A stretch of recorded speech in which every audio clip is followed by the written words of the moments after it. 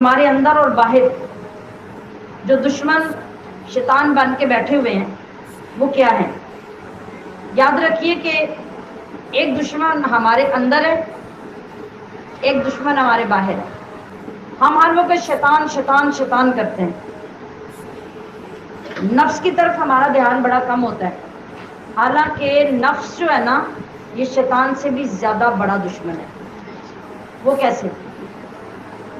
ایک بندہ باہر سے آ کے چوری کرے، آپ پولیس میں رپورٹ کریں گے، وہ پیسے لے گئے، زیور لے گئے، چیزیں اٹھا کے لے گئے، پولیس میں رپورٹ ہو گئی، پولیس نے کارروائی کی، تلاش کیا، چور پکڑا گیا، کبھی سامان برآمد ہو گیا، کبھی نہیں ہوا، چور پکڑا جاتا ہے، اکثر چور پکڑا گیا۔ اچھا، اب باہر سے کوئی چور نہیں آیا، آپ کے گھر سے آپ کی سیف سے پیسے چوری ہو گئے، زیور چوری ہو گیا، پولیس کسے پکڑے گی؟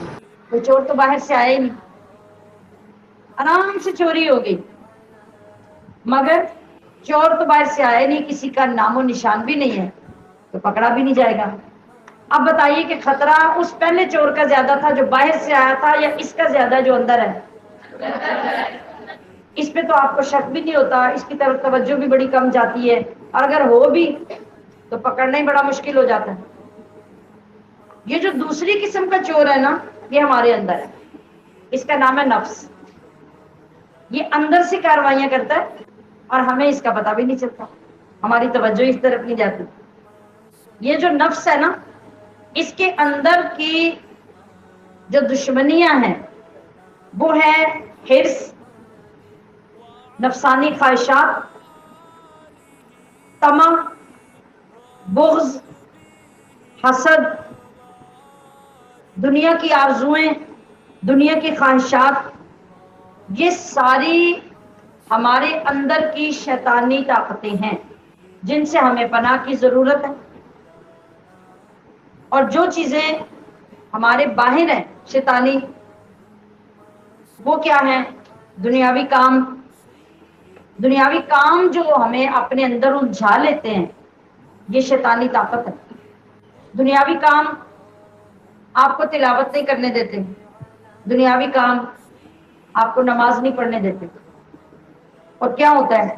ایسی سچویشن کریٹ ہوتی ہے جو ان ایکسیپٹیبل ہوتی ہے، آپ کو بالکل سمجھ نہیں آتا کہ ایسا کیوں ہوا ہے، بلکہ بعض اوقات تو آپ اپنے ان کاموں کی وجہ سے اپنے آپ کو بڑا دانش مند، بڑا سمجھدار، بڑا ذمہ دار، بڑا رسپانسیبل سمجھ رہے ہوتے ہیں، مگر ادھر آپ کا بیڑا غرق ہو جاتا ہے، آپ کی فرض نماز چھوٹ جاتی ہے اور آپ کو احساس تک بھی نہیں ہوتا، آپ سوچتے تک بھی نہیں ہیں۔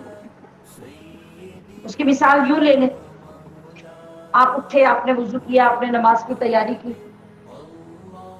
نماز پڑھنے لگے تو باہر بیل ہوئی، اچانک آپ نے دیکھا آپ کے گھر میں مہمان آ گئے۔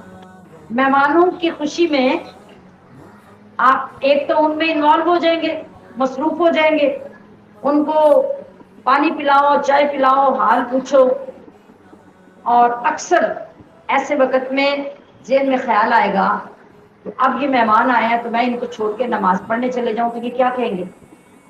آپ اپنے اندر اتنی ایمانی جرأت نہیں رکھتے کہ آپ مہمان سے بول کر یہ کہیں کہ چونکہ نماز کا وقت کم ہو رہا ہے آپ تشریف رکھیں، میں نماز پڑھ کے آتی ہوں۔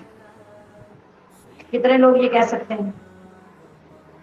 بڑے بڑے گھروں میں ہاں بہت کم لوگ یہ کہہ سکتے ہیں، جبکہ نماز اللہ کا حق ہے، چائے پلانا، کھانا کھلانا مہمان کا حق ہے۔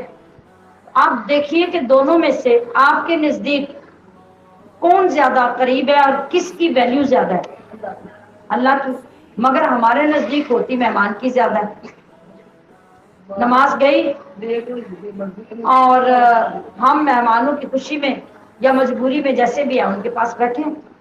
یہ ایک سچویشن ہے، اس پہ غور کیجئے گا، آئندہ آپ دیکھیے گا کہ آپ کے ساتھ کب اور کیسے ایسے ہوتا ہے۔ اگر بات یاد رہے گی تو میرے خیال میں یقیناً آپ یہ لفظ بول کر نماز پڑھ لیں گے۔